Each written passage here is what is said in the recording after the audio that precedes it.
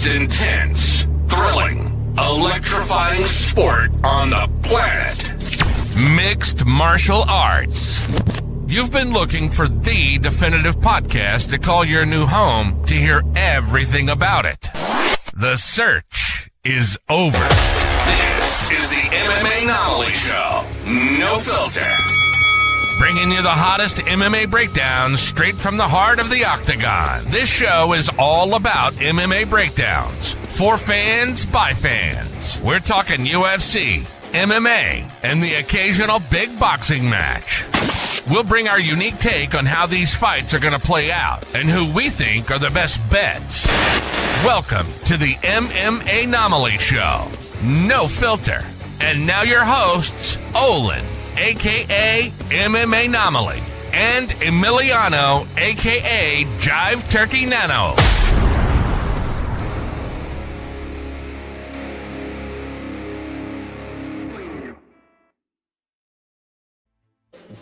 What is up, fight fans? How are we doing? Welcome back to another episode of the MMAnomaly Show, No Filter. I'm your host, Olin, a.k.a. MMAnomaly, and with me, as usual, is the co-host with the most, talking about the Jive Turkey Nano. How we doing, brother? Let's go. Doing great, brother. Great to see you, as always. A little bit of a change up this week, but always no filter. Great to have y'all here on this fantastic Thursday, a.k.a. Friday Junior, baby. You know the vibes. Let's go. I can't wait, brother. I can't wait to dive on in. Again, a little bit different. I know y'all already broke down this recap of a hell of a card. Mr. Morales stole the show, and I'm not talking about Spider-Man, okay? I'm talking about Mr. Michael Morales coming out of Ecuador, but hell of a card. But we have some other news we could talk about as well here, my brother. I can't wait to dive on in. Let's go. Absolutely, my guy. And, dude, I mean, speaking of that Michael Morales, let's jump into that real quick. So, 3 minutes and 39 seconds. Like, we knew this kid was special. We talked about it last week ad nauseum. I don't think we realized how special he is. Like, how high do we think the roof is for this guy? The roof is the ceiling, my brother. Sky's the limit, as Lil Wayne once said. That is the way I look at this guy, especially after a dominant performance, a dominant win. I mean, he made a legend of the game, a Gilbert Burns look like I hate to say it, but a has-been out there, right? We knew the odds were crazy. We actually saw a big shift in the lines as we quickly approached the fight, Friday night, Saturday, which kind of got me thinking, okay, some last-minute money on Gilbert. People assume that he's going to go out there and be a dog. But no, that was not the case. He got hurt early. That was a little shocking to me. Obviously, whatever Michael threw at him, he did not like. And he immediately went down, shelled up. The ref gave him every chance he could. As a legend, as an OG, you're gonna let him have that opportunity. But he did not want to get up. He did not want nothing to do with that big, gigantic of a welterweight in front of him. That being Michael Morales. I mean, skill wise, and I think obviously as you saw there in terms of the power, like it's all there. It's all there. I think we're looking at a welterweight division that is all of a sudden might be the deepest, or at least the most stacked at the top when it comes to, a new champion that just got crowned. Obviously, we still remember the name in Bilal Muhammad, but there's so many other guys, right? I mean, the Swiss Army knife for the company here, and Ian Machado Gary, Sean Brady, the Shavkats. I mean, man, when we talk about the roof, the ceiling for someone like a Michael Morales. I mentioned the roof jokingly, but I think there is a little bit of a roof there, right? A lot of these guys are on that top floor, and they're not going to let him up easy, right? They are going to have something to say about it. But we're in a beautiful spot, right? I mean, if you're a Michael Morales, I mean, man, at 8, seeing him against a Joaquin Buckley, maybe Ian Machado Gary, just because that's Ian. That's the way he rolls. He'll fight anyone, anywhere, anytime. Maybe he answers the bell. Leon Edwards would make for a really fun striking match. And again, another potential ex-champion. That'd be huge for Michael Morales. I don't know if you guys mentioned any names specifically, but the way I see it, we're spoiled rotten with all these great picks, great options. You might even be able to entertain some sort of tournament style in this welterweight division where, again, you throw them all in a hat. Who matches up? Who's healthy? everyone's a fight or two away from a title shot. That's where I see it. It's a fun one. He's a beast. I mean, that's a fun to.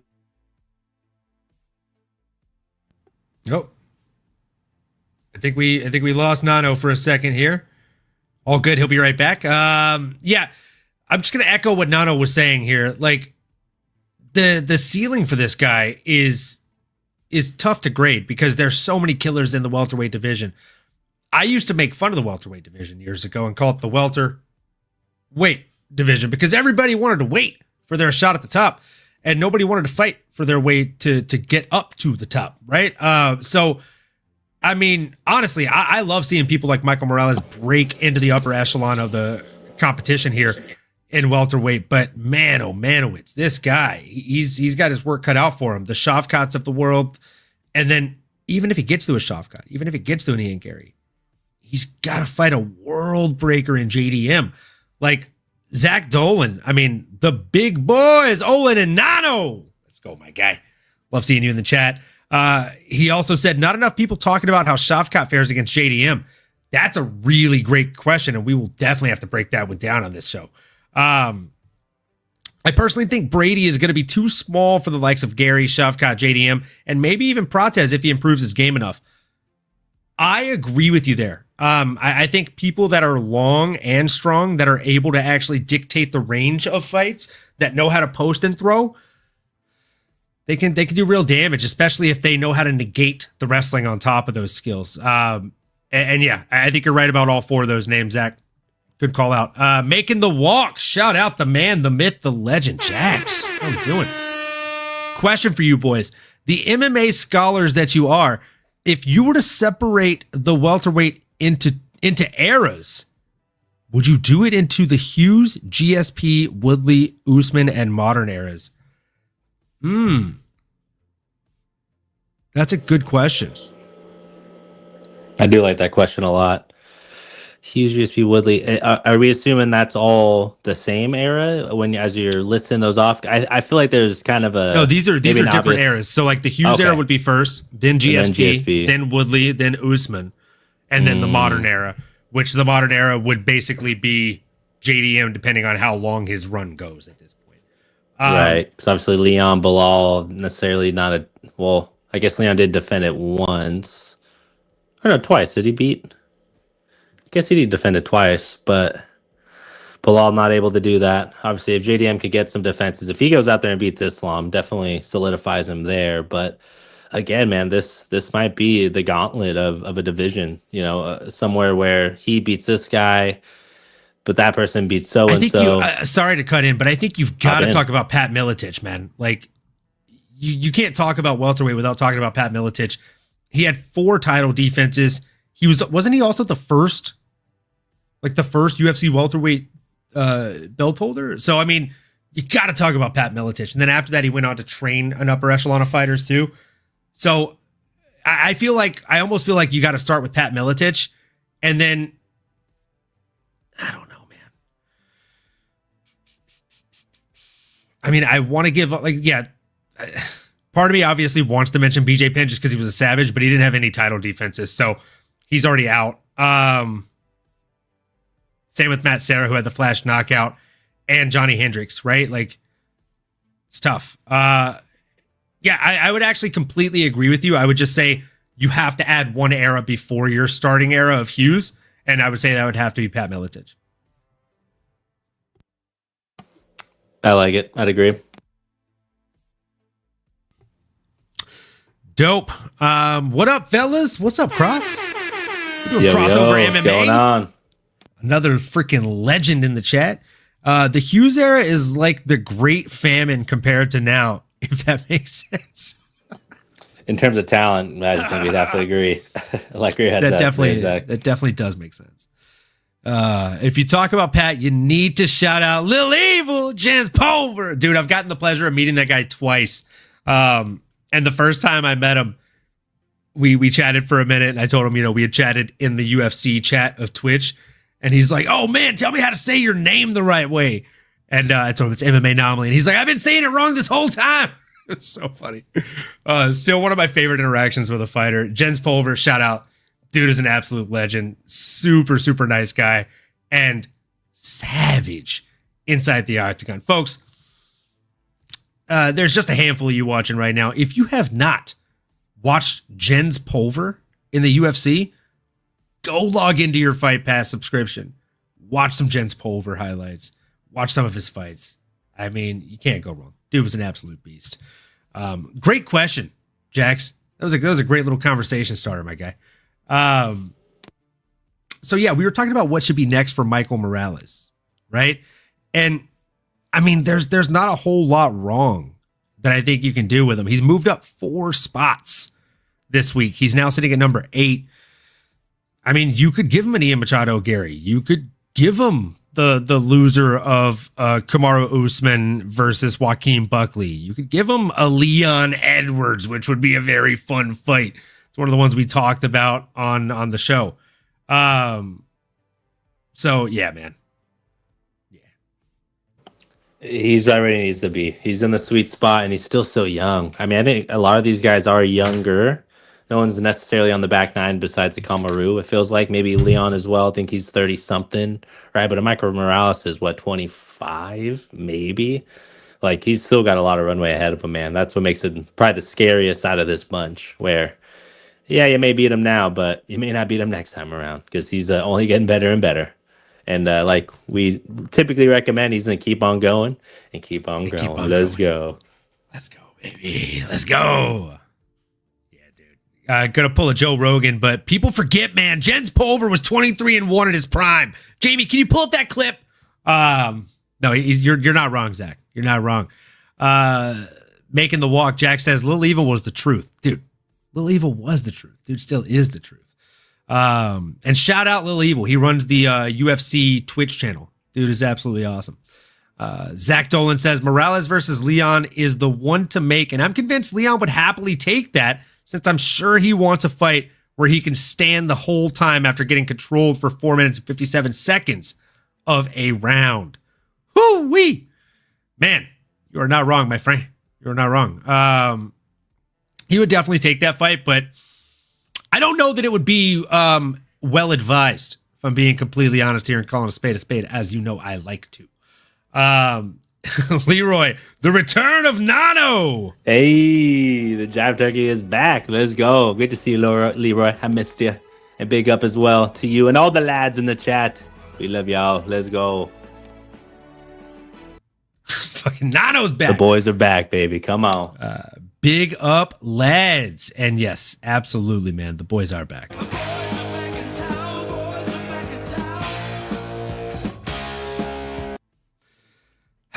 You love to see it. Juice Man, what's up, my guy?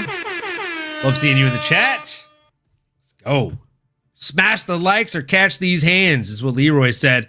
And if you don't know, his hands are rated E for everyone. Everyone can catch those things. You don't want to catch those hands. Juice is the man. Respect, or as they say in Portuguese, respect. Respect. Yeah, man. I'm super stoked about just Michael Morales and to see what the future holds for him. But with that being said, I have to propose a question to the chat and to my co-host. But before I do that, even Nano, you missed last week's show. We had 3 shots to do. I'm not going to let you do them alone. Go ahead and pour one up. Let's do it. You know what it is, folks. If you're drinking, drink one with us. Drink one with us, folks. If you're not, that's fine too. We still love you all the same. But either way, we'd appreciate it if you could hit that like button, whether you're drinking or not. You know what I'm saying? Make sure you hit that subscribe button. And if you're over there on Twitter, looking at like 4 or 5 of you, come on over to YouTube. We'd appreciate the views on over here. You know what I'm saying? So with that being said, before we jump into this next topic, cheers to you. Cheers to all of you watching live. Cheers to all of you watching the replay. And cheers to all of you that are coming back to watch this a year from now, 2 years from now, 10 years from now, to see how far we kept on going and kept on growing. Let's go. Cheers to you. Let's go. Salud.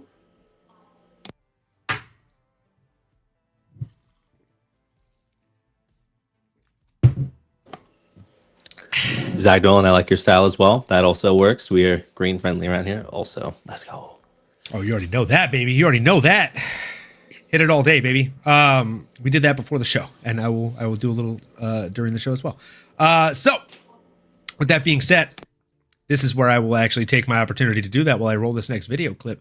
Nano and chat. Before I roll this video clip, I gotta ask: do you think Dana White is, I don't know, playing favorites?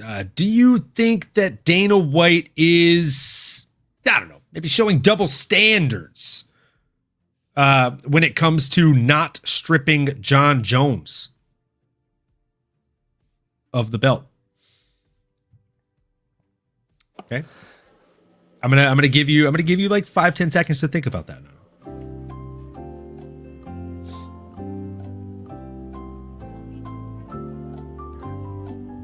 All right. So what are your thoughts?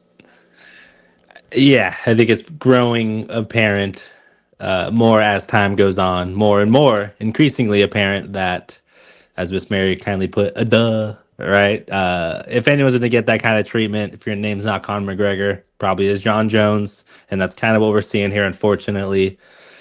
Some recent comments from John Jones makes it even more worrisome because it's kind of like, all right, you know, what's going on? But Dana's also said he's unpredictable. I think he knows what's going on here. So it's tough, right? I think we're all kind of stuck between a rock and a hard place on this one. But Zach Dolan, he's up to something here as well in the chat. You know, it's funny. It's funny. You say we're between a rock and a hard place. I think it's pretty clear as day. You know, like if you open your eyes and you're outside, you can pretty much tell whether it's daylight or midnight, right? And I think if you open your eyes, you can see that Dana White is definitely giving us some double standards here. Now, before I roll this clip, I just want you guys to know, we do not own the rights to any of the clips that we show on this show. This next one, for example, probably owned by the UFC.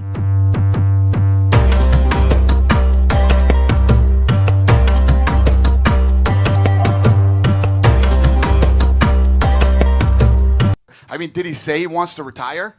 He didn't say, I'm going to retire. I'm hanging it up. It's been great, everybody. Thanks a lot for all the years. See you later. He said, I'm going to take some time off. And I'm going to, listen, first of all, that decision that happens, right? You don't just say, hey, I'm going to take a while off. And maybe I'll be back. Maybe I won't. You owe it to the fans. You owe it to that belt. You owe it to this company. And you owe it to Johnny Hendricks to give him that opportunity to fight again. Unless you're going to retire. You know, I told you guys a million times, he's got plenty of money. He can retire. That's a fact. He could absolutely, positively do that. There's no, hey, listen, I'm going to go on a cruise and, you know, I'm going to be gone for 2 years and, you know, I'm going to take a hiatus. I'm going to take a leave of absence. I'm going to, whatever the hell it was that he was saying, that's not how it works. It doesn't work that way.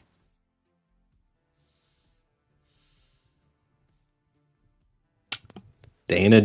You like that? He was definitely a little more brash back then, wasn't he? Kind of calmed down over the years. That's why he started having Anik do a lot of the press conference things. Yeah. He gets fired up. He gets in less trouble this way. Yeah. Disney asked him to step down. Well, that makes sense. Because then he kind of talks himself into a corner, right? When you don't do what you said you were going to do, or again, it just...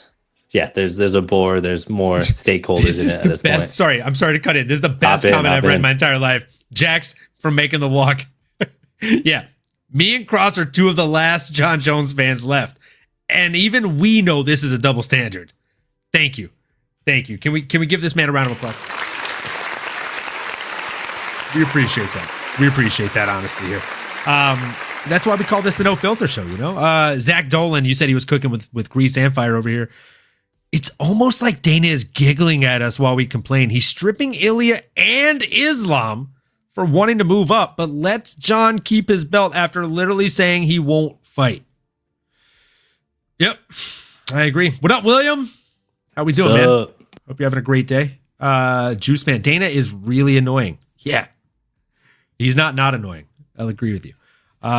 Zach, in defense of Dana here, He was much more of a promoter back then. He actually sold the fighters and had the fans feeling engaged in what was going on behind the scenes. Dana is a shell of a promoter now. I completely agree with that, Zach. That's one of the things we're actually going to talk about on this episode.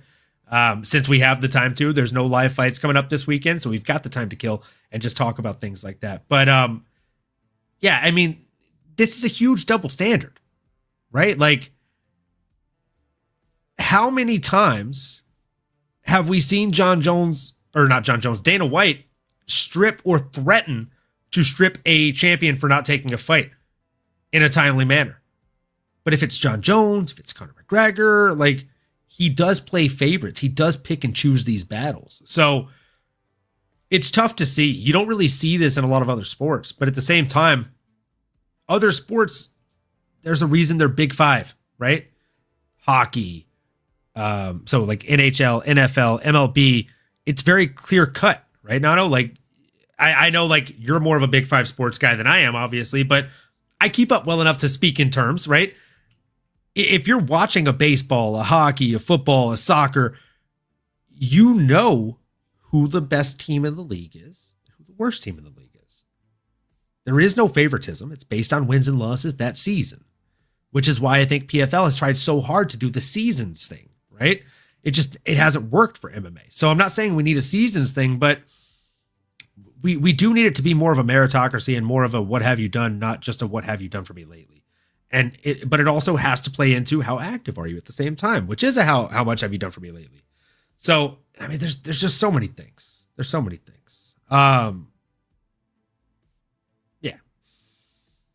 And Jax agrees with you, Zach. True, Zach. He's a part-time president. Yeah. He's basically just waiting to get replaced by Wish.com Tony Stark, a.k.a. Hunter. And fucking fight me, bro. Like, that's a fact. Hunter Campbell is Wish.com Tony Stark. He always looks like he's doing his best Tony Stark impression. He is. Yeah, he has this like aura to him, or at least is trying to present himself in that manner. 100%. 100%. If you don't believe me, go watch the documentary that came out on like Roku, I believe. Here's another question. Oh my God, Jax. I'm going to do a filler episode every week as long as you promise to join the chat, my guy. Here's another question. Dana always talks about the UFC getting better year over year.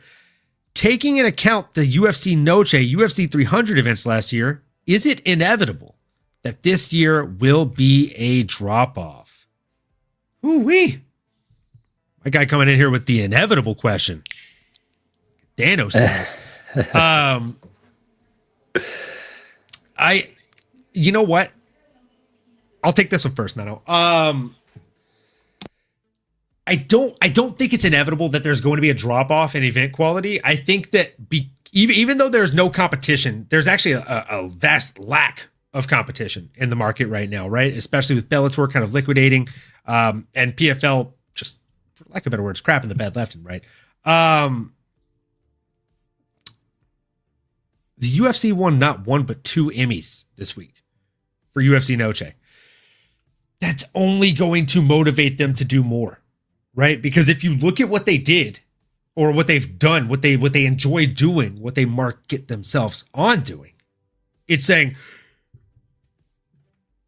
yeah, I'm Dana White. I just want to say we had the best gate we've ever had in UFC history, most attendance in UFC history, blah, blah, blah, blah, this record, that record. He constantly wants to outdo himself. If they had the biggest gate they've ever had last year at MSG, this year they want to have the biggest gate they've ever had there, even including last year, right? They want to constantly grow. They want to do what we say every episode. They want to keep on going and keep on growing. That's how you win. With that being said, if they won 2 Emmys this year, I think they're going to constantly try and go for those Emmys again. They're going to constantly try and outdo themselves a former year. And Jax, I'm going to be honest. I think they're going to do some crazy shit. Not this year, not next year, but across the next 5 years, they're going to start to really test the waters with stadium shows, and they're going to blow the non-existent roof off of some stadiums. I'm truly excited for the future of UFC. I do think that Dana is a shell of his former promoter self.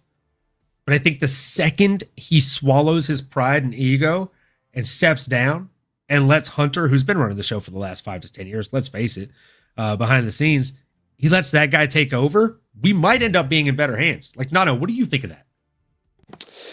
Yeah, man. I mean, there's a lot of layers of this one. I do think it's interesting to kind of imagine what the future looks like, or to think if they can kind of top what they have done. But it does almost feel like, just like a lot of the big behemoth companies, or everything's typically up and to the right. Like, it feels from a production standpoint, winning the 2 Oscars is huge. Or is it Emmys? I don't know. I forget which one. I was getting confused. But to win those awards, it might be hard to run back. But if they are leaving ESPN and they do go to a Netflix or a YouTube or wherever, I mean, and the fact that they're partnered with WWE, like, just if y'all are WWE fans, you probably can attest to the production value that they bring as well. And I think the UFC, again, if they are going to go into stadiums or arenas and end up taking that next level, it'll probably be from that kind of production standpoint, which may not be this next year, but I think over the next 5 to 10 years, like, I could see it being even more grandiose and bigger scale, and the leader as they continue to be in all aspects of it. But sports Emmys, there we go. They could have won it all, but that's the thing, is like, are they going to actually go back to the sphere? Because if they do, then hey, they have a chance. They might be able to run it back. But Dana didn't really make it sound like he had an appetite to try to go back there, at least anytime soon. I think they do a sphere show every year. I don't think they do it on UFC Noche ever again, or at least not for the next decade. I think they do them on different various days every year now, and they do them for other various countries. I like it. We could do a 4th of July weekend card at Noche and do it as a love letter to the U.S. That'd be sick. And it'd be easy. Like, that'd be sick. Someone did ask earlier here, Charlet, huge shout out as we're continuing to conversate here. But speaking of, what we're doing this weekend instead of the UFC, it is Memorial Day weekend for us in the States, that being the United States of America. So we do get Monday off of work, and I think it's a good opportunity to take that and run with it, right? Maybe do something outdoors, maybe go on a hike, maybe go on a little like river. I'm here in Arizona, so a lot of outdoor stuff, maybe some golf, maybe the little salt river floating, maybe a lake, but anything outdoors will probably be what I'll end up doing this weekend. Given the fact that, again, no fights. So as we kind of just talk around and, bounce around and shoot the breeze with y'all, which we appreciate, and we could do all night. Looking forward to doing it as long as we can here with y'all. What about you, though? MMAnomaly. What do you got planned for this non-UFC weekend? Well, it's funny you should ask. The weekend, I don't really have a ton planned. I'll be completely honest with you. But tonight, there is a event on DAZN called Championing Mental Health. It's a boxing event headlined by Magic Johnny Mansour. Dude is an absolute beast. If you've never heard of him, Nano, that's okay if you haven't. It's okay. I won't judge you. He's an up-and-comer. I think he only has like 2 fights professionally. But I'm sure you've heard of Mick Queen. I'm sure you've watched the Creed movies and any other MMA or boxing movie that's come out in the last 5-ish years. She's basically worked with him for years. Dude is a bit of a prodigy and Olympic amateur, and then just recently made his debut in San Diego, I believe last year, maybe the year before. He's headlining the card already for DAZN, and dude is an absolute beast. And my God, I was wrong. He's fucking doubled his pro record since the last time I've seen him. He's 4-0 now. Let's go. Let's go. 2 unanimous decisions, 2 first-round knockouts. He's coming off a first-round knockout over Marcus Bowes, just 1 minute 49 seconds in. Nasty work. So, yeah, I'll be watching Magic Mansour tonight. Probably get it done again over Christian Avalos, who is 3-2. More experienced, but also more hittable, apparently, judging by the record in general. So, Charlet. I mean, it's not this weekend, but that's what I'll be doing tonight. I haven't decided that far ahead quite yet. Let us know what you're going to be watching this weekend, my guy. Yeah, let us know in the chat what everyone's doing with the weekend off here, with the bye week, so to speak. And Leroy, pretty rude not to pause the show whilst I was gone. I will forgive you if you promise never to do it again. You know what? I won't promise to never do it again, but I promise to have a solution because I'm a solutions-oriented kind of guy. What you could do is as soon as the show wraps up, go back and rewatch the whole episode. And then you go back to the bathroom or make dinner or whatever it is that you went to do while you were gone. We're not here to judge, right? No filter after all. You go do you on the parts you've already seen. You just let the episode play again. You know what I'm saying? We're doing our part. So, let's go back through some of these comments. Zach Dolan said no because Ilya has become a bigger superstar, and I believe the retirement of Max could be more viewed than him versus Justin in the long run, but who knows, as that fight was so monumental. You're definitely not wrong, man. You're definitely not wrong. We could also get Tom versus John hypothetically, too, which is becoming bigger than just a fight that's wanted by the fan base. I mean, there's a petition going around right now that has over 16,000 signatures saying to strip John Jones if he doesn't fight Tom. I signed it today. Oh, wow. And one. 16,001. Sheesh. Yeah, I mean it's not even been going on that long, and it's traction, brother. That makes sense. Hunter is an evil goblin. We need a whole new team. Zach, were you okay? Either one of two things is true in my next statement. Either A, you weren't listening when I compared him to Tony Stark, or B, you've only watched the MCU movies and you have not read comic books, because you pretty much just described Tony Stark in the comic books with that one. There's a reason. I'm Team Cap always. I got that a long time ago in a galaxy far, far away called Louisiana. You heard me. You heard me? It is basically a galaxy far, far away. This weekend, I'm probably going to get incredibly drunk and bet half my paycheck on some obscure Bulgarian sport at 3 a.m. So the usual. Fucking dude, I love that for you. Let's go. I hope. Hope the half of your paycheck that you bet ends up winning you enough to buy you a house, my guy. Let's go. I'm gonna Can't wait for the next fight card. Dude, tell us what you're betting on. Yeah, what are your bets? Is there anything we should be tailing here, Zach? Can't wait for the next fight card. I don't care if females are headlining. It'll be a good one. May the best woman win. Juice Man. Dude, give this guy a fucking round of applause, dude. Come on. Let's go. Come on. Yeah, it's a compliment in there, right? That's all good things. I'm with it, bro. I'm happy with women headlining. I'm not mad at it. Zach Dolan, bloody legend. Yeah, absolutely he is. Juice Man, I like Blanchfield because she stopped the Molly hype train, and Macy is a dog. Not gonna lie. You know what they say, man? Dog bark in the backyard. Dog do bark in the backyard. Making the walks at NBA conference finals all weekend. Yeah. Okay. Yeah. Who you rooting for making the walk? You got any picks? I don't even know who's in it. Tell us who's got the dub though. Yeah, it's Eastern Conference Finals and Western Conference Finals. So there's 4 teams left. The 2 winners will make it to the finals and win. Have a chance to win it all. I think tonight it's actually the Minnesota Timberwolves. So Anthony Edwards and the boys against one of the hottest teams right now with the MVP who just got elected. That is Shai Gilgeous-Alexander, but with OKC, Oklahoma City Thunder. Lightning and the Thunder. They're facing off tonight. And then yesterday, classic of a night, instant classic game 1 with Indiana Pacers led by Therese Halliburton. Now, woo, going off against the Knicks in Madison Square Garden. The New York Knicks, man, Jalen Brunson and the boys. It's a fun NBA series this year. Obviously, my Warriors are out of it. You see the the driver cover over there. That is Steph Curry. Shout out. But yeah, man, it's a fun one. It's a good time to watch. I would say if y'all are looking to tune in, I think it's starting a little later this evening.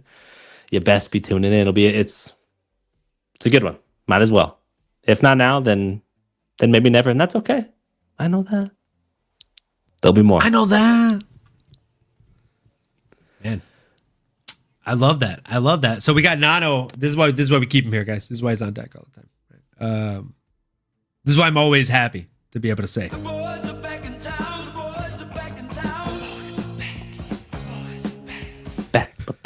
Back. Because look, if you guys ask about anything like that, this guy's got me on lock, and he's also pretty damn adept when it comes to the MMA talk, right? And I mean, come on, handsome fucking devil, or should I say handsome fucking turkey?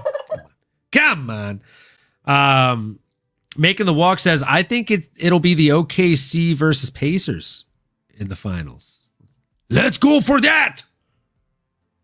I will go for that. Let's go for that. I'm mad at that. I'm not mad at that. Leroy said, what is a conference final? Is that the same as semifinals? Yep. You are correct. Yep. You guessed it, my friend. You guessed it. Now, Nano. I mean, let's see here. There's so many other things to talk about here when we don't have fights, actual fights to talk about. So the next thing I wanted to ask you is biggest what if. Let's each come up with one, right? Biggest what if in MMA history. There's some very obvious ones, right? I feel like either one of us could choose those obvious ones. There's two that come to mind instantaneously for me. Let's propose them as questions to each other. I'll start. So, biggest what if in MMA history. And instead of choosing one of my favorites, I will choose just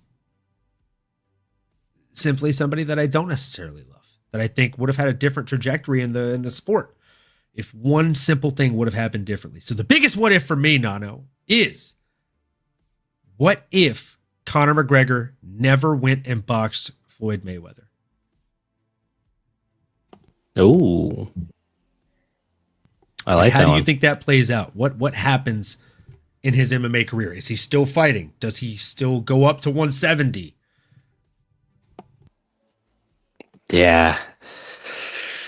I mean, I wish I could answer that one, right? But I do like that what if a lot. I say that's definitely on the short list of monumental moments in the UFC, right? And, you know, at the time it was the crossover event, the money fight with the Money Mayweather, excuse me. And don't forget about Money Mac, man. Conor McGregor, like that, I will say in terms of just the most captivating and funnest press conference tours. That was rich. They made each other rich, but that was the best bantering back and forth, like global tour. Fuck the Mayweathers, like so many. You'll On sit the there, count you'll of do three, nothing. everybody say "fuck the Mayweathers." You little rot, like dude. There's so many quotable lines, like. You don't know how to fucking read. Like everything about it was just so good, so epic. I guess, you know, when you dance with the devil a little bit, shout out the movie Sinners, you know, it's you got to pay the price. And I think that's where Conor's legacy definitely bit the bullet, right? He might have sold himself to the devil a little bit, might have drank himself into some sorrows or into, you know, the path that maybe we would not have wanted to see. And maybe even to caveat that, it's like maybe he would, if he would have just stayed as featherweight Conor, right? How much more damage could a featherweight Conor have done? Seeing him running back with a Jose Aldo, maybe he stays disciplined and he stays in that division. Maybe he would have stayed at 155. But again, like even the Khabib fight, I would have loved to seen a rematch of that eventually. Had he have maybe been able to train more, prepare more, like knowing what he was up against in the Khabib at that time, like.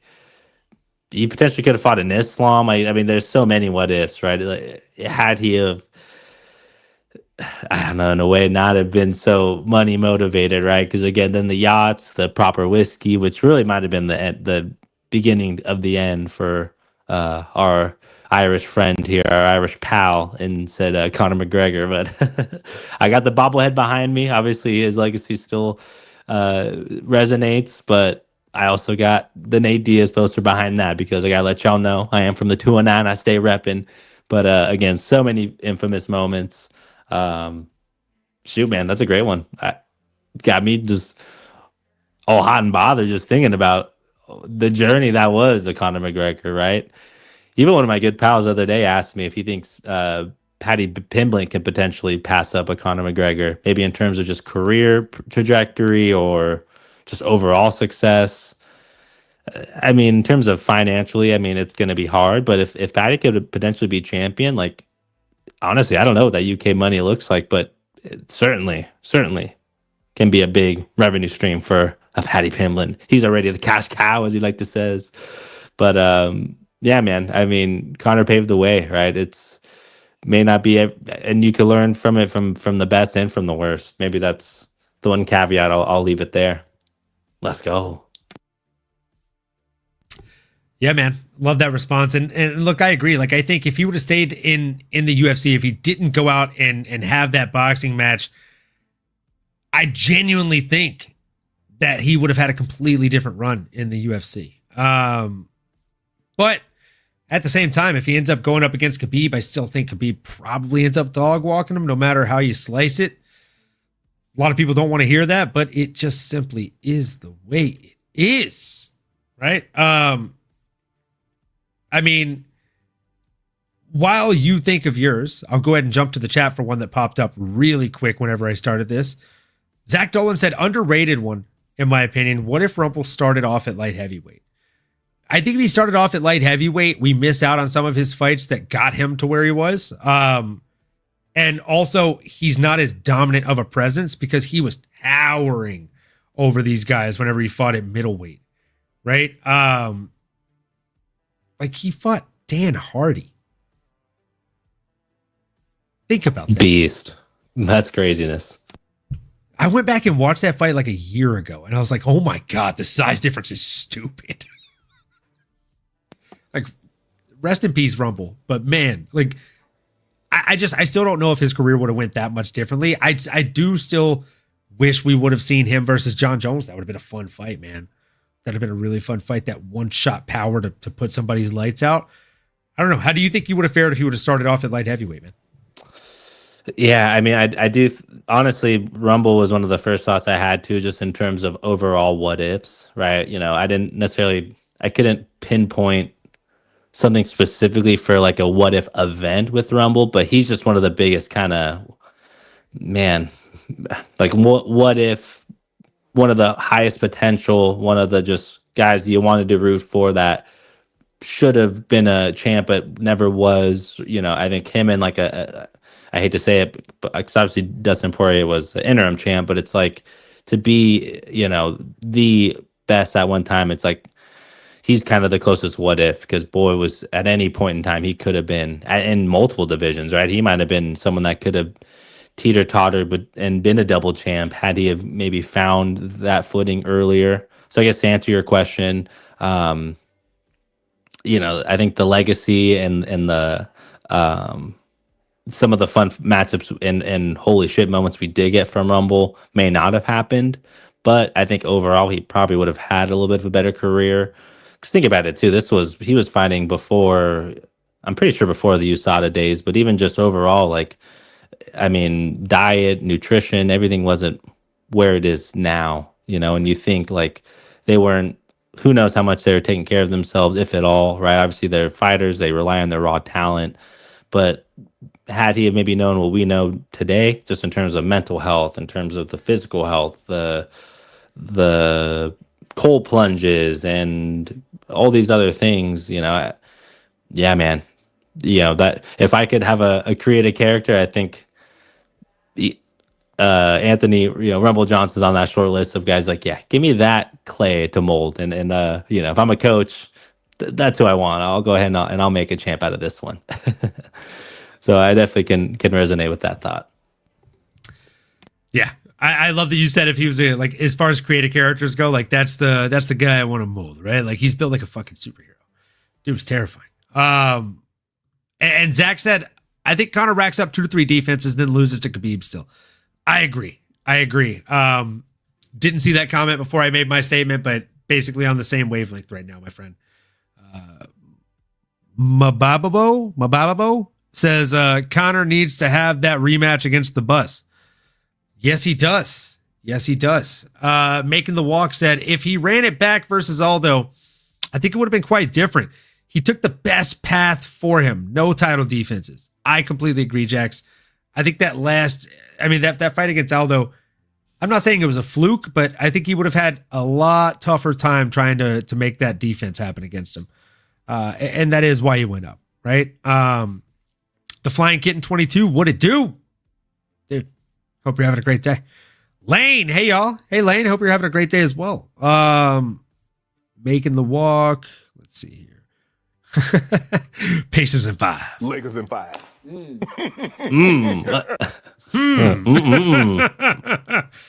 There you go. I love it.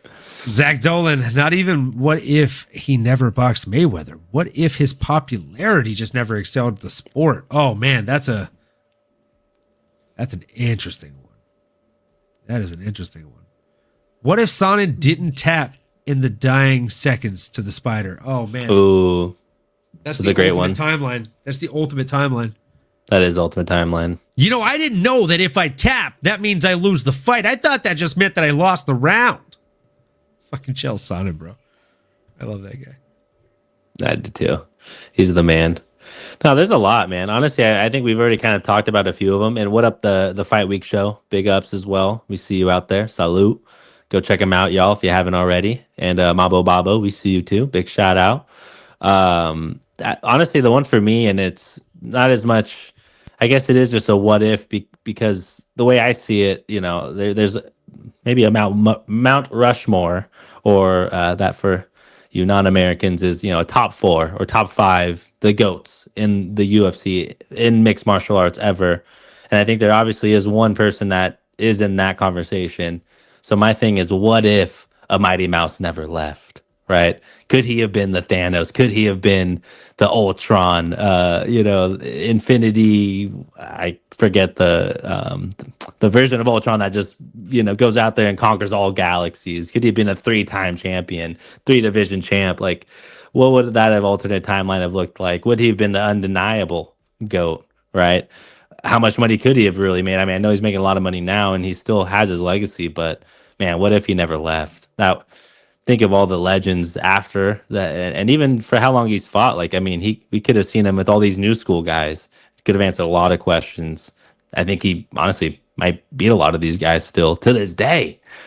But I think that's my biggest what if, just in terms of, you know, one of the GOATs and again, maybe not getting the full extent of him, right? Obviously, GSP retired somewhat early, but he came back. John Jones had his issues, but he's still now back to kind of re-solidify. We never got that. Khabib as well. Obviously, that might be the other one, short of just, you know, what if he never retired? But Mighty Mouse is the other one. What if he never left, man? He might be the first 3-division champ, potentially. What are your thoughts on that, my brother? Yeah, man, that's a great question. And I agree with you. I agree with you on all fronts, bro. I think if he doesn't leave, he's beaten everybody in that division, including Pantoja. And I know everybody loves Pantoja. Everybody says that Pantoja is the guy. And that's fine, right? Zach Dolan, bro, I respect you. Pantoja beats DJ. I will die on that hill, he said. It's all fake news. It's phony stuff. It didn't happen. And it never will. Because he retired, right? But I think if you put DJ in his prime against Pantoja in his prime, DJ doesn't lose that fight. I'm sorry, Zach. I'm sorry. We can agree to disagree. Yeah, because even if you play it out, like obviously maybe if you line them up today, I don't know, maybe there's a little bit more of a window there for Pantoja, but let's assume Mighty Mouse is in the division. I mean, we're not seeing a Figgy versus Brandon Moreno 4 times. I mean, he's probably going to go out there, he probably beats Figgy. Figgy's a tough matchup for DJ, honestly, just in terms of his overall strength and presence. But, you know, him, a Moreno, like, and I love Brandon Moreno. I do. I love my boy. But it just, the fight IQ, the style, like the gas tank, I mean, everything that Mighty Mouse still had to his late stage of his career only just further validates that at anywhere along that path, I think he would have had an answer. You know, he would have to play the right game plan. Never really got hurt, or you don't hear a lot about that or him missing anything. Like, is the ultimate pro, the ultimate GOAT, you could say, in a lot of ways. Unblemished, you know, doesn't have any of the out of the octagon antics or anything like that. Yeah, man. Again, so what I was trying to lead to is like him and Pantoja probably would have fought earlier on, and it's probably a different story. It is. Let's be honest. Because if this fight happens maybe 5 years ago, no chance. Maybe even 3. I don't know. I still like Mighty Mouse's odds, man. That's just me personally, though. I mean, look what the John Joneses and look what these guys are still doing, right? Till the age of 40. Look at LeBron James, right? If you got that dog in you, that dog don't go nowhere. And Mighty Mouse hasn't been getting knocked out. It's not like he's a Chuck Liddell where you're like, oh, okay, he's, you know, his style. Like, no, he's still got his wits about him. He's probably pretty solid still. Probably beats a lot of the division today, again, to reiterate. Yeah, that's the thing. Like, I gotta agree with Jax here, man. They haven't created a flyweight that can beat Mighty Mouse yet. I just don't think they have. Leroy disagrees. He said, I think almost always the newer champ wins. The skill to get to the top is still rising. That's fair. That is fair. You might be showing our age here a little bit, but the difference is Mighty Mouse didn't retire when he left the UFC. He went and fought other competition in a different country. And when he ate a fucking head kick while he was a grounded opponent, he got better and came back and beat that same dude. So I don't know. I think he's the MMA anomaly of this conversation, if I'm being completely honest with you. The Fight Week Show, shout out Ola. Again, if you're not already subscribed to this man's channel at the Fight Week Show, go do yourself a favor. Go do that. He's asking, what if MVP was signed earlier and fought primetime Wonder Boy? Oof. I'm mad at that. It'd be a fun fight. Be a damn fun fight. Prime Wonder Boy is a problem, dude. I mean, MVP obviously has a style as well, but it'd be hard pressed to bet against a Prime Wonder Boy, in my opinion. Yeah. He's a problem. You'd have a tough time having me bet against a Prime Wonder Boy. And I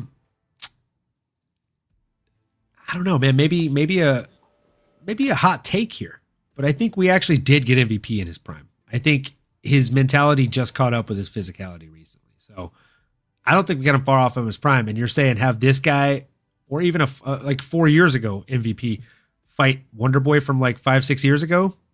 I don't know, man. That was an animal, bro. It was an animal. Zach said, Pantoja's too tricky for DJ. Scrambling don't work against him. Also, Mighty Mouse can't strike with Pantoja because that will probably hurt him more than Pantoja. I don't know about that. I think Mighty Mouse's striking skills are very, very underrated. Right? How many people beat Joseph Benavidez and knocked him out? Right? How many people, I don't know, got a body kick finish on Henry Cejudo? Not many. So the dude's striking is highly underrated. Oh, and by the way, since leaving the UFC, he's trained in Muay Thai in Thailand with some of the best people in the world that do it. So, yeah.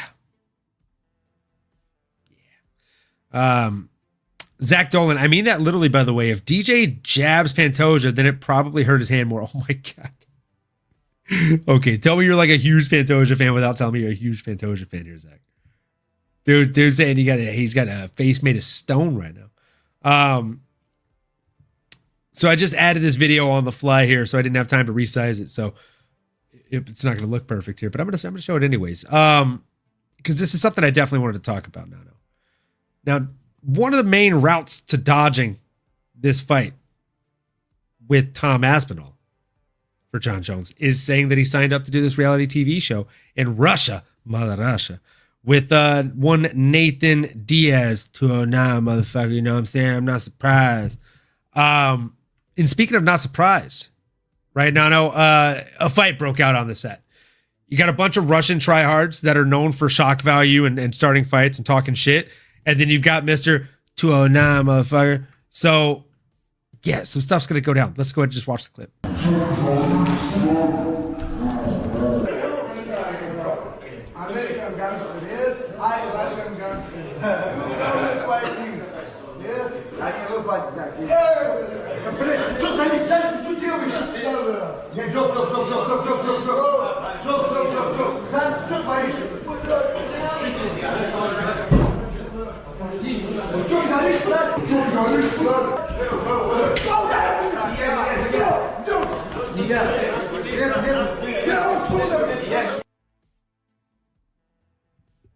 So that happened. And then after that, the dude came back multiple times and tried to start crap again multiple times. And as you know, I mean, 209, motherfucker.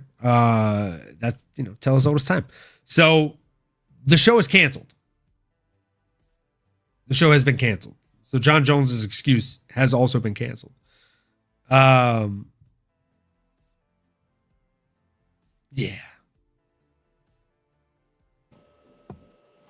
Yeah, that's tough. But I mean, that's hilarious. There's a hilarious Nate Diaz moment there. And just like any other clip I've seen from any of those shows in that part of that world, it's guys just sucker punching and getting fired up and just, I mean, I don't even know. I would compare it to like our TV shows here in the States, just out there. Entertainment value, I would say. Absolutely. Definitely kind of a shock value situation at best, right? But yeah, man. Hey, the juice is ride or die with Diaz. That's right, baby. His name says Juice Man 562, but he rides with 209, motherfucker. That's what's up. Big shout out 209. I see you, Juice Man. I'm from the 209 as well, so we ride together. We fly together. Bad boys for life. Come on. Let's go, dude. Freaking 209 all day. I'm not from that area. I'm not. But you're honorary. Come on. With the broski. I'm closer to them 504 boys, you know what I'm saying? Jeez. Down south. Oh, they have to know about there now. You hear me? But hey, the significant other, she's 209. Literally. Her actual area code is 209. Like actual. Like her actual numbers are 209. Nice. Well, I'm right there with you. Let's go. Speaking of right there with you. On that note. You already know, baby. Speaking of right there with you. Pouring one up because we still have two more to do. So, might as well do one now. No better time than the present. Juice Man said, it's California love. Dude, all day. Much love, bro. Love California. There's a reason I came and visited from Louisiana and I didn't want to go back. And then I moved out here about a year later. So, yeah.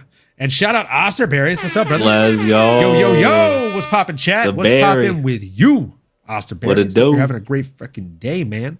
If I could go back in time, I would wish for JJ to retire after the Ghana fight. It's really hard to defend him right now.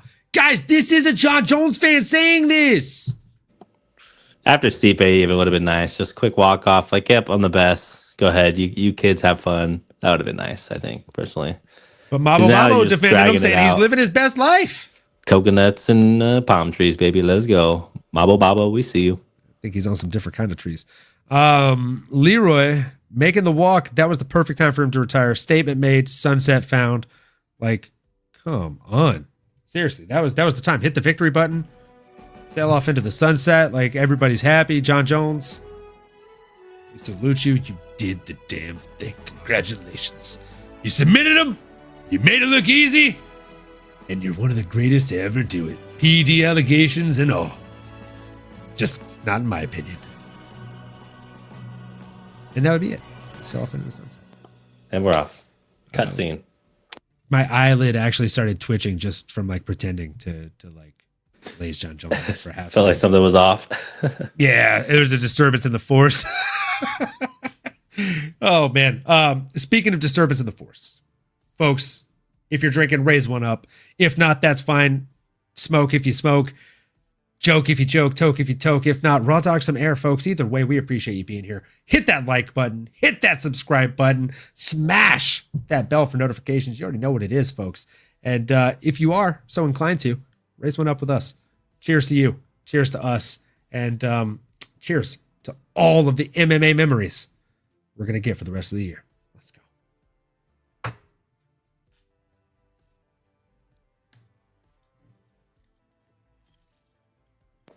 Let's go. Salute, y'all. And Leroy, you might be right. You might be right. Aspinall was already interim champ. And, maybe not the best timing, but now it's like you're dragging it on. You're doing this whole cat and mouse game. Now you're saying you're not going to fight. It's like, but at one point you said you were. It's just, if you weren't going to do it from the jump, you should have just walked away then. Now you got us all, even people like making the walk that are fans of you, that are true, diehards. And I consider myself a fan. I'm not a hater, but it's like, can't help it. And guys, that was Nano. Love to have him on the show when he is able. I don't know what happened there when he was talking about being a John Jones fan. I think he lost internet connection or something. But yeah, always happy to have that guy on the show. No, I'm just kidding. And we back. Let's go. But that response is warranted from a MMA anomaly. But yeah, man, no, this is it's an interesting topic. We want some finality, right? I think that's what we're all just looking for here. Just give us some finality. Dana's hinted at it multiple times. I don't know, man. Something's got to give, right? Absolutely, something's got to give, man. Look, like the guy is just like as Jack said, he's making it really hard to defend him at this point. He's literally like, man, y'all talk about me fighting. I'm out here living my best life, drinking coconuts and shit. Like he's out there literally just having fun. He's like fucking stroking dude's hair, like oh yeah, stroking dude's hair on the back of a motorcycle. Like, yeah, riding up, saddling up with homies. I mean, looking like someone just slipped him a Jeffrey. He's out there stroking the furry wall, bro. Who could blow down the street? Oh, Jeffrey, your neighbor. Like, who'd be afraid of a Jeffrey? Afraid of a Jeffrey. Stroke the furry wall, mate. I mean, yeah. It's just tough, bro. It's just tough. I don't know how you can make excuses for this guy at this point. Oh my gosh, Osterberry. I wonder, was Osterberry not here for look at Osterberry's comment here. Tell me. Remember when Dana shout out GSP for saying you want to time off after the Hendricks fight? I know you came in late, Osterberry, so I will give you a benefit of the doubt, but that's actually hilarious. And yes, we do remember. When you go back and watch the replay, you're gonna be cracking the fuck up. We did a whole section on that, and I actually played the clip. Oh, Osterberries, you the fucking man, bro. You are the man. Yeah, that's nailed epic. it, Osterberries. Again, this is a fan. This is a fan right here of John. Come on, brother. Yeah, it's he's singing a different tune this time, but we'll see. We'll see what happens, y'all. So next topic that I wanted to talk about, and this one might be a little bit over the heads of the chat, but that's okay. We'll catch them up to speed. So for those of you that are new here, all right, I have set up a fantasy league for MMA. Leroy's in it. Nano's in it. I'm in it. There's a handful of other people in it. If you'd like to be in it for next season, let me know. It's 50 US to join. Winner take all, or not winner take all. Winner gets a percentage. Second place gets a percentage. Third place gets a percentage. So top three wins. And it's fantasy football style. Do a snake draft. So whoever goes first in round one goes last in round two, and vice versa. And yeah, man. choose one fighter from each weight class. You get one fighter of your choice from any weight class as a flex position. Nano. This is probably the best I've ever done or thought I would ever do in a season of this thing. This is our second season doing it, so not a ton to base on. Making the walk, me and Lala want to join. Hell yeah. We do the next draft in July. We do it every 6 months. So let's go, dude. Yeah. Love it. So right now, I'm leading the board with 750 points. Closest to me is Ninos with 632. Nano, how are you feeling about how the season's shaping up and who you've got left right now? Yeah, man. It was a fun season. There were, as always, it's hard to anticipate those cancellations, rescheduling of fights, fighters losing. I do have some shots that I owe because my fighters, well, as I like to say, we suck again, right? Not always on the winning side of things, but that's okay. That's exactly right. I'm happy. Thank you for the opportunity. I still happy. And we're gonna keep it moving, man. Honestly, it's interesting. I think Ninos did a great job kind of picking up on the early strategy. Miss Mary killing the league. Honestly, I was in the same boat last season. I was at the very bottom, but just like Drake said, started from the bottom. Now we, mid-tier. It's not what he actually says, but I'm in the middle of the pack. I'm getting better, man. 1% better each season. That's all I could ask for. But I'd say overall not what I was expecting. But as always, man, I'm still smiling ear to ear, still grinning because it was a fun season, man. It's a fun one. I think my chances to win it all are obviously probably virtually gone, but doesn't mean I'm still not gonna bring the vibes, baby. Let's go.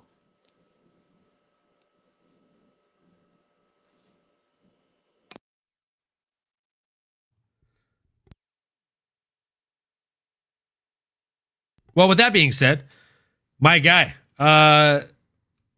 shout out to you and Miss Mary, because you are both just crushing the league, right? Like, just absolutely killing it. You guys are top of the class right now. I mean, the only person that's doing as good as you both is Leroy. Let's just call a spade here. I mean, my goodness, that music is just so sad. I can't do it. No, it's been a tough season. It's been a tough season for a lot of folks. There's been a lot of cancellations. I do feel like I've lucked out quite a bit because, like, come on, I have Yasmin Lucindo shit the bed. All right, lesson learned. 21 points for me on that one. Kong Wong, she's got another fight coming up. She already got me 81 points.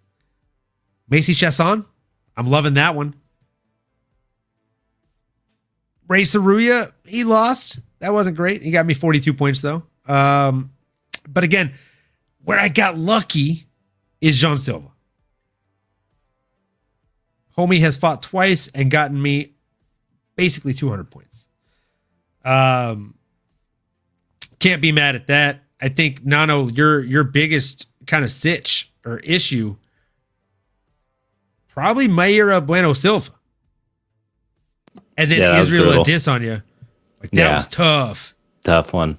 Yeah, man. A lot of it is, at the end of the day, you want to, just like any fantasy league, right? I mean, I'm a participant in fantasy football. I've done fantasy basketball.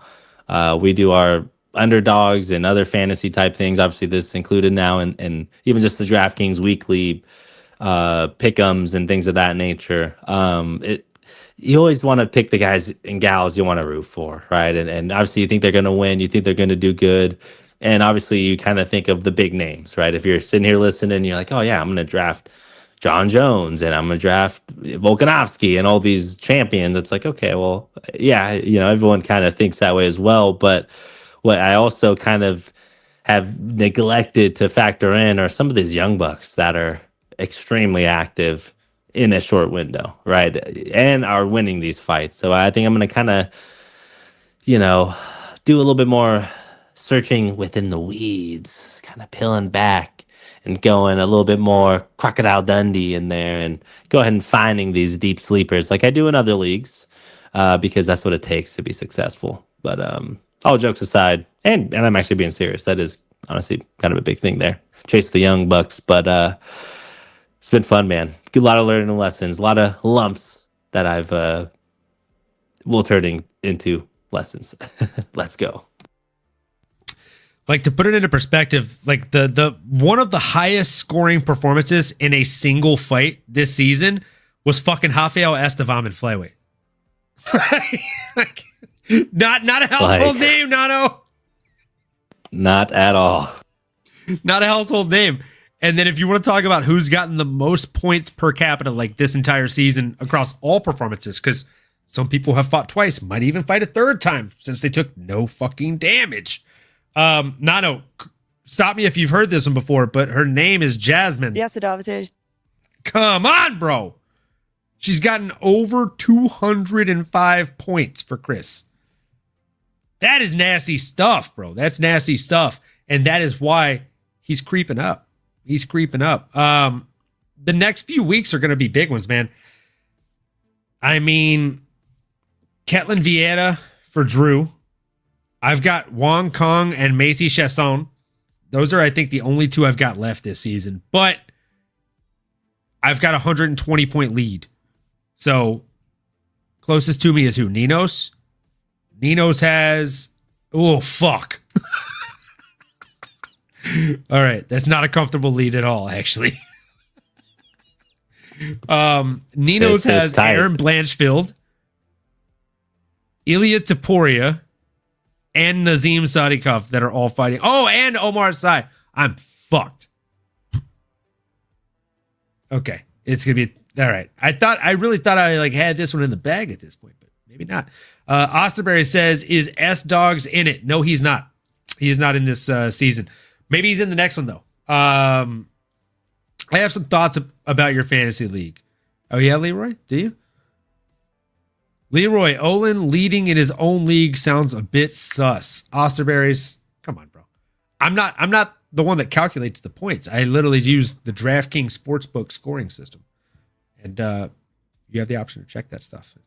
It's, not cheating here. Considering two people picked fighters we were 99.9% sure wouldn't fight, it's crazy that I'm coming second to last. Look, Leroy, let's just go through who you got here. Loma Lukbomi, Miranda Maverick, who hasn't fought, Eileen Perez, who hasn't fought since we drafted, Steve Ursig, got you 47 points. Loma Lukbomi did get you 81 points. That was a great pick. Ayman Zahabi, that was a really good pick. 76 points. Jack Jenkins, man, that one was not so great in hindsight. Daniel Zellhuber, fight got canceled. Mauricio Rufy, great fucking pick for you, Lee. 101 points. Bo, not a dime, not a quarter, not a dollar. He's a nickel. That's why he got you 3 nickels worth of points, a whopping 15.72. And then Carlos Olberg, Black Jake, he got you 60.24. Kennedy and Chekwu hasn't fought in the league, and Joshua Cooley-Bow hasn't fought in the league. So I don't know what to do, man. Like, I don't know what to do, man. Yeah, it's a tough one. That's a tough one. Last time Kennedy fought was December 7th. Like, you got me questioning whether I'm cheating you because I feel bad for you. I just looked it up on Tapology to make sure that I didn't fuck you. Whew. But I digress. No tomfoolery here, my friend. No tomfoolery here. Okay. What up? JJ is a GP. How we doing, my friend? How we doing? There he is. We were talking about him so much, he heard us and he knew he had to hop in. How we doing? Ms. Mary, the rest of us aren't surprised, Leroy. Not surprised, mother. Come on. Gotcha. Miss Mary, I just and I just humble, making sure no one else has to see the bottom of the barrel. Very noble. Okay, then Very enemies noble. for life. Uh-oh. Oh, that's funny as hell, dude. That is funny as hell. Let's see here. Picking against guys you want to win is the freaking worst. That's mainly why I don't play fantasy football. Facts. Bro, UFC Canuck. That's a great little like pun name. I love that. MMA Anomaly. Big fan of pun names. UF Canuck. UFC Nook? How do you like it pronounced? I love the spelling. Canuck. Either way. Of Canuck. Love that. Yeah. That's the worst thing is when they end up getting scheduled against somebody you really like. Like when Ray Saruya went against Josh Van, I was like, fuck. Don't love this. So it is what it is. It is what it is. It is what it is. It is what it is, mate. All right, one issue I have with the current structure, you're more incentivized to go for activity over actually winning fighters. Not necessarily. Because let me tell you, my friend, just looking at who you picked, right? Carlos Solberg. He got a win, but he only got you 60 points. I would rather get one Mauricio Rufy than two Carlos Solbergs. I would rather get, let's see, who's another good example of somebody that did actually win?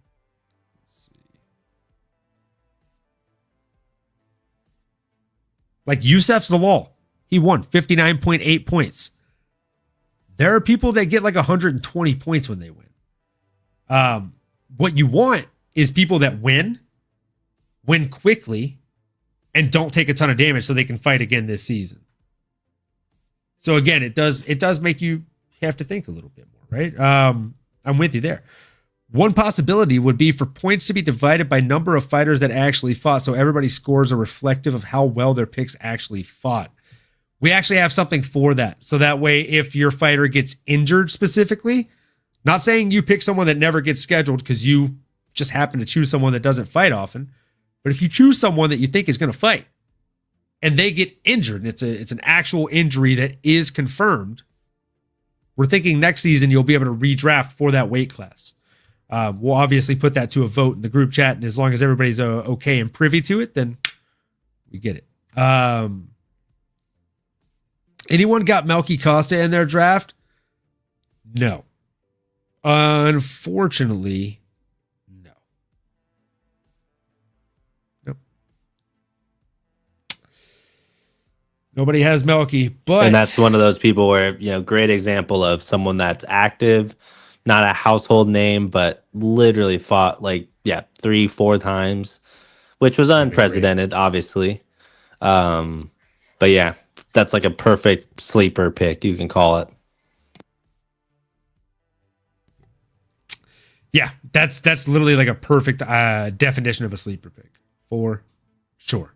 Plot twist: you run DraftKings. I do actually. How did You are the draft king. It's me. I'm the draft king. Jasmine, eh? Yeah, Jasmine. Yeah, dude. There's definitely some people out there that picked some random fighters that may definitely have no chance of fighting. But then there's other fighters that were chosen, like a Khamzat Chimaev, which you would think is going to fight in the first half of the year, this year. It's just not the case. Right? It's just not the case. He's going to end up fighting a little bit later. And that sucks. But we do have a lot of fighters that are set to go. And folks, again, if this is something you want to join, I'll be honest, I have no idea how MMA fantasy works, but I'm interested. This is what I'm talking about, UFC Canuck. Shoot me a DM. If you're on Twitter, if you're on Instagram, at MMAnomaly, shoot me a DM. I'll break it all down for you via message, tell you how it works, and we'll get you added to the next draft, my friend. I know we're going to call it a show pretty soon. We got one more left to do. Pour that up now. Because as we say, a bet made, a debt paid, folks.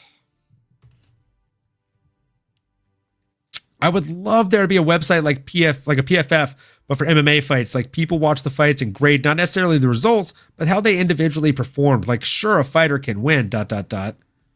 Ooh, UFC Canuck. I'm liking where this is going. But maybe there was a bunch of times they opened themselves up to a submission where their opponent didn't capitalize. Stuff like that. I like that. So that's one of the reasons I like the DraftKings fantasy scoring system, right? Because if a fighter wins by decision, they get plus 30 points. If they win in the third round, they get plus 35 points. If they win in the second round, I think it's plus 50. If they win in the first round, it's plus 80. If they win in the first minute, it's plus 95. Yeah.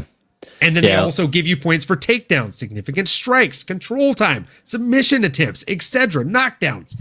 So yeah, and PFF's interesting too, because that's, you know, Pro Football Focus, at least the way I'm interpreting it. If that's the same one that I'm thinking of here. UFC, correct me if I'm wrong, but they do a really cool thing where they have like their own sort of, you know, grading system for players. So across the board, it's almost kind of been adopted for scouts or people that they, you know, these certain players have a PFF grade. A lot of times that can maybe be factored into if they're a all-star or a Pro Bowler, or you think like contract negotiations is kind of a parameter to say, hey, I'm the 10th ranked one according to PFF, something like that. That would be really cool to have in the UFC. Even to take it a step further, like for scouts or people in football, like there's a way for you to like sign up for the NFL and you could actually look up specific players, specific clips. Using AI, you can be conversational. Hey, I want to see every time this person ran this route or whatever, this person made this tackle or made an interception. Again, like that kind of tech. Maybe we all need to, you know, maybe collaborate here. And, you know, I don't need to be Steve Jobs, but let me be on the team here. And maybe we need to build out some tech to have the same thing for UFC purposes, right? Hey, what's this person's, you know, striking? How does it match up in the division? If there's 100 on the roster, then hey, you maybe do rank it out of 100. He's 17th when it comes to striking percentage accuracy, right? I guess misworded that, but you get the point. A lot of cool things that you can do there, and yeah, my hamster wheel spinning, but I went on a little rant there. Please, you know, take the mic back here, get me off the stool. But big flex from Osterberry, and a lot of fun stuff in this fantasy league, and maybe more conversations to be had from a technical side, or maybe something we could all put our heads on to kind of make our own little system. Let's go. Absolutely, man. And it sounds like we already have more people that are going to be joining in next season. We got UFC Canuck or Uff Canuck that wants in here, and we got Osterberries that's trying to see if the berry's worth the squeeze. So, Nano, you want to lead out this last cheers for us, my boy? Absolutely, man. Let's do it. And I'd be remiss not to mention all 18 of y'all, maybe even more that have come and gone here in the chat. 19 included my my host here, just the MMA anomaly, right? And we're gonna keep it no filter. These shots are obviously adding up here. I had a rough season, but you know what's not rough is life, okay? And so I'm gonna raise one up. Let's remember to be happy. Let's remember to you know, enjoy the holiday weekend. And if it's not a holiday for you, then let's just enjoy the weekend ahead. Let's remember to, like we do say around here, keep on going and keep on growing. So raise one up. You drink it, anything, or if not, then salute to you. And let's make it a great rest of the day, and let's make it a great weekend. Cheers, y'all. Let's go. Let's go. LFG. Or like Osterberry raising his can of C4. LOL. Let's go. Osterberry is in a C4. Oh, man, C4. I haven't had a C4 in a while. Spin them in. That's They're very effective. Those are very effective. Absolutely. So with that being said, folks, I know we got to get out of here. We did an early show. Didn't want to leave you guys hanging. We like to do at least 2 shows a week. Oh, man, we got S-Dogs in here right as we're trying to call it. Let's go. Let's go, S-Dogs. How we doing, brother? Hope you're having a great day. Hope it's another beautiful day in paradise. I'd raise something, but I can't work drunk. You know what that means, UFC Canuck? Fair enough. when you get home, you got to go back and watch it on replay so you can do a cheers with us in real action. And then do a cheers while you're at home. Let's go in the sauna with the boys. Let's go. Let's go. In the sauna. Sounds like you're cutting weight, my guy. Oh. And in the workout. Or in this case, the boys are back in the sauna. Cutting weight. The boys are back in camp. Boys are back in camp. Boys are back. Boys are Love back. that. Love that. Let's go. Man. Things that we love to see. Hope the weight cut's going well. Hope training camp is going well. Let's see here. I'm down to play next season too, but I'd also be cool with running adjudicator role. You know how admin gives me diamonds. Oh, fucking Leroy. Just enjoy playing the game, you bitch. Some injuries are 6 weeks. Fancy. Some are 6 weeks. Some are 6 weeks that turn into 6 months. We'll have to put a line in the sand somewhere. Can I bank my redraft for the last week of the comp and pick a guaranteed winner? So what we're thinking is if there is an injury for your fighter, if that fighter has to pull out of their fight that's upcoming, you have a chance for like up to 7 days to redraft a fighter in that weight class. If you choose not to, shit the bed, kid. But again, we will put all this stuff up to vote because this is not a dictatorship, right? This is very much a collaborative effort here, guys. Yeah, all situational, right? Because it's one of those things. If it's early on in the season, they may get rebooked. You may just think, all right, I'll just take, the L on this card, but I'm going to get it back here in another month. That's fine. You think within a 6-month window, you're lucky to get maybe 2 fights. Obviously, someone like a Melky, a Costa, or a Damon, a Joshua Van. Some people, Kevin Holland, Kamzat. I mean, there's a short list of people that are like 4 or 5 fights deep in the year.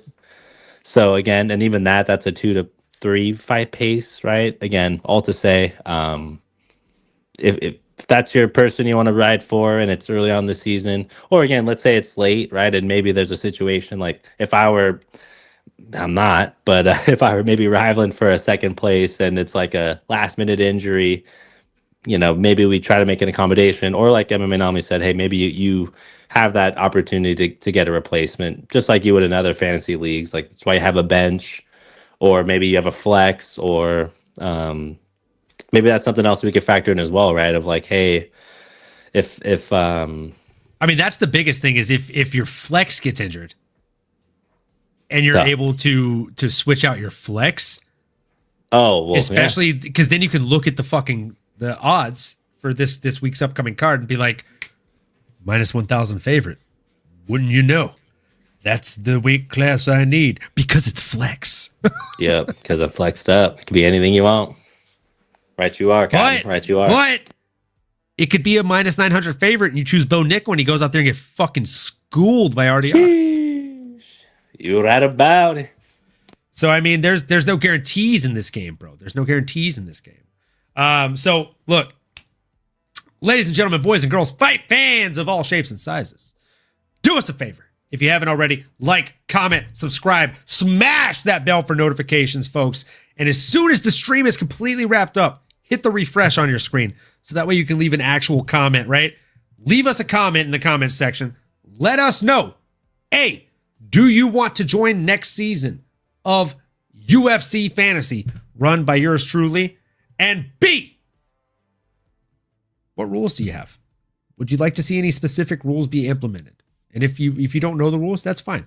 We'll talk about that at a later date. But either way, we appreciate you each and all. And as Nano has already said, as I've already said, as we will say again each and every single episode, folks, if you do nothing we've asked you to do so far, please, please, please just do these next 2 things. We ask that you keep on going, and we ask that you keep on growing, folks. Thank you so much for tuning in, and we'll see you next time. You've been listening to the MMAnomaly Show. No filter. As you may have been able to tell, we dig the MMA, and our passion is to dive deep into the upcoming fights, give you our expert breakdowns, and help you make sense of all the chaos that is the fight game. We hope you've enjoyed the show. If you did, make sure to like, rate, and review. We'll be back soon, but in the meantime, make sure to find us on YouTube, Twitter, Instagram, and Twitch at MMAnomaly. cool. And we'll see you next time.